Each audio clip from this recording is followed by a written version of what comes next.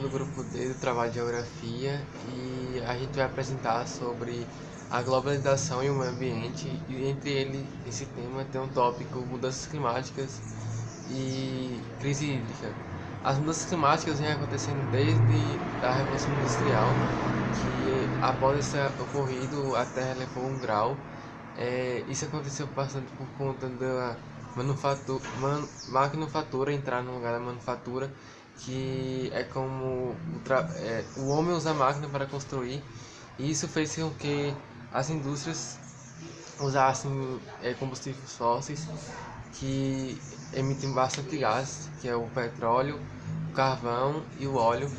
Então isso fez bastante que mudasse o clima da Terra, pois está emitindo bastante gás na atmosfera e causando um efeito estufa. Para minimizar isso, os países da União Europeia reuniram em 195 países para fazer um acordo para minimizar a emissão de gás na atmosfera, e eles deviam tomar medidas para fazer isso, como as fontes não poluentes, que é a eólica, a geotérmica, a biomassa e a hidrelétrica. Só que os Estados Unidos, como um país muito desenvolvido e usa muita indústria como economia, e eles não viram aquilo como um benefício, então saíram do acordo alguns anos depois. Esse acordo ficou conhecido como o Acordo de Paris, que foi ocorrido na França. E os bastantes gases emitidos pelas indústrias é o gás carbônico, o metano e o óxido nitroso. Sim. Só. Uma das consequências do aquecimento global é que mexe em todo o ecossistema, desde do clima até a sua própria alimentação. Acidifica os mares dos oceanos por conta da elevação do pH, que o calor faz isso. Há o branqueamento dos oceanos, pois por conta do calor, as algas perdem sua coloração, deixando de ficar verde para ficar brancas. A desertificação de solos bastante, a infertilização do solo, compactação, a mudança na alimentação, porque quando tem um clima propício, assim, favorável para a safra, como por exemplo, se aqui na cidade de Irecê recebemos a safra de laranja em junho, que é a época de receber laranja, essa mudança faz com que recebemos a safra lá no meio do ano, no mês de novembro, setembro.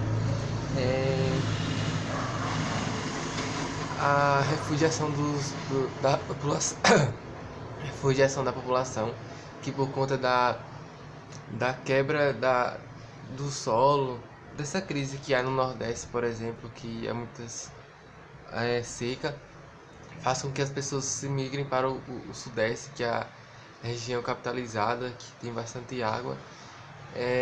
Então mexe todo o ecossistema, desde a alimentação até o clima. Agora eu vou falar sobre o estresse hídrico globalmente. Estresse hídrico é praticamente a falta de água na região do globo terrestre. O tópico de a falta de disponibilidade de água na Terra. Pois, por exemplo, na região Nordeste há muita gente e pouca água, por conta do relevo ali da região, não tem muita água. Já a Amazônia, que é uma região com bastante água, tem pouca gente, então isso prejudica bastante para as pessoas que precisam de água, como também na região sudeste de São Paulo, que está bastante capitalizada, industrializada, que tem muita gente e pouca água. O que também interfere para o estresse hídrico é a ação antrópica, que altera o processo da água, da vida da água na Terra, através que usamos a água para a agricultura. 73% da água é disponibilizada para a agricultura e 23% em média para as indústrias, e 6% para o uso doméstico. O crescimento desordenado e não planejado da região faz com que falte água. A necessidade da indústria usar bastante água para produzir materiais, e o aquecimento global, né, que faz gerar secas em todas as regiões do Brasil. E também é um caso muito ruim que muita água salgada que não é potável para o ser humano, pois ela tem sal e se prejudica no sistema da pessoa. E há apenas 2,5% da água doce em toda a Terra, o que desaparece bastante para a vida das pessoas. Um dos efeitos bastante mais que causa seca é a desertificação do solo, porque vai mexer na região daquela população, na agricultura. Por exemplo, no Nordeste tem muitas secas no ano, porque é uma região muito quente, aí falta bastante água para as safras, aí prejudica bastante, fazendo as pessoas migrarem do Nordeste para a região Sudeste. É a infertilização do solo, que perde, né, a fertilidade, fazendo isso também. E o desmatamento da Amazônia, que é uma ação bastante causada pelo homem. O homem não tem consciência dos seus atos, aí pensa que aquilo não vai interferir bastante em sua vida, ignorando a Amazônia, que é o berço da transposição de oxigênio, de água para os leitos dos rios. E a poluição que causa a ilha de calor, por exemplo, a São Paulo é uma cidade bastante poluída, causando um clima, microclima daquela região, pois é bastante poluição naquele lugar, então fazendo que tem bastante calor no ano. Outro negócio, as poluições dos rios.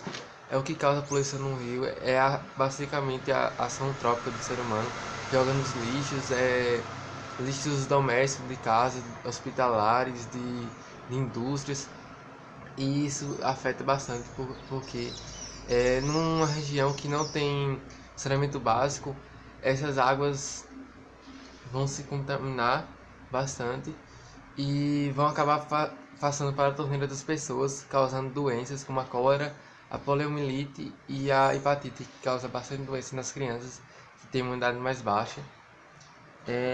Umas consequências que mexem no ecossistema da água, prejudica a vida dos animais marinhos e prejudica a flora marinha, né, que torna o branqueamento dos rios e dos mares.